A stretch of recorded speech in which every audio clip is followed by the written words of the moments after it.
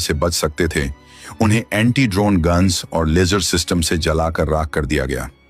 पाकिस्तानी सेना ने अपने मीडिया के जरिए दावा किया कि उन्होंने भारत को भारी नुकसान पहुंचाया है और इस 400 सिस्टम को भी निशाना बनाया है। लेकिन सच तो यह था कि उनका एक भी वार सही निशाने पर नहीं लगा था। जो मलबा गिरा उस पर साफ साफ पाकिस्तानी मार्किंग्स थीं, जिसे बाद में दुनिया को दिखाया गया। हमारे एनएसए अजीत डोभाल ने बाद में चुनौती देते हुए कहा था कि विदेशी मीडिया एक भी फोटो दिखाए जिसमें भारत की तरफ कोई नुकसान हुआ हो। यहां तक कि एक कांच भी नहीं टूटा था। यह भारत की डिफेंस टेक्नोलॉजी की जीत थी। लेकिन पाकिस्तान की हिमाकत सिर्फ मिसाइलों तक सीमित नहीं थी। उन्होंने अपने फाइटर जेट्स भी भेजे थे।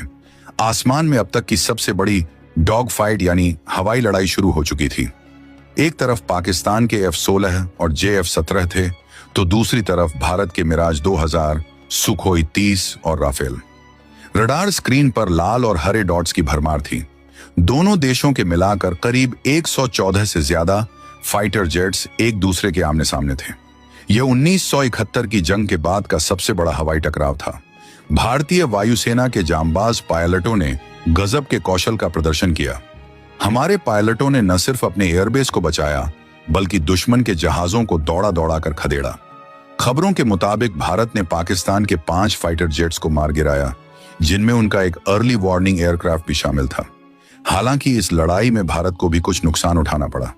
हमारे CDS जनरल अनिल चौहान ने बाद में माना कि शुरुआत में हमें कुछ टेक्निकल गलतियों की वजह से नुकसान हुआ और हमारे कुछ जेट्स भी गिरे।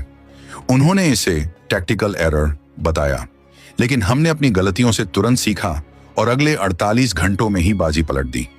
भारत ने अब अपनी रणनीति बदल दी। हमने अब सिर्फ रक्षा करना छोड़ दिया और हम आक्रामक हो गए।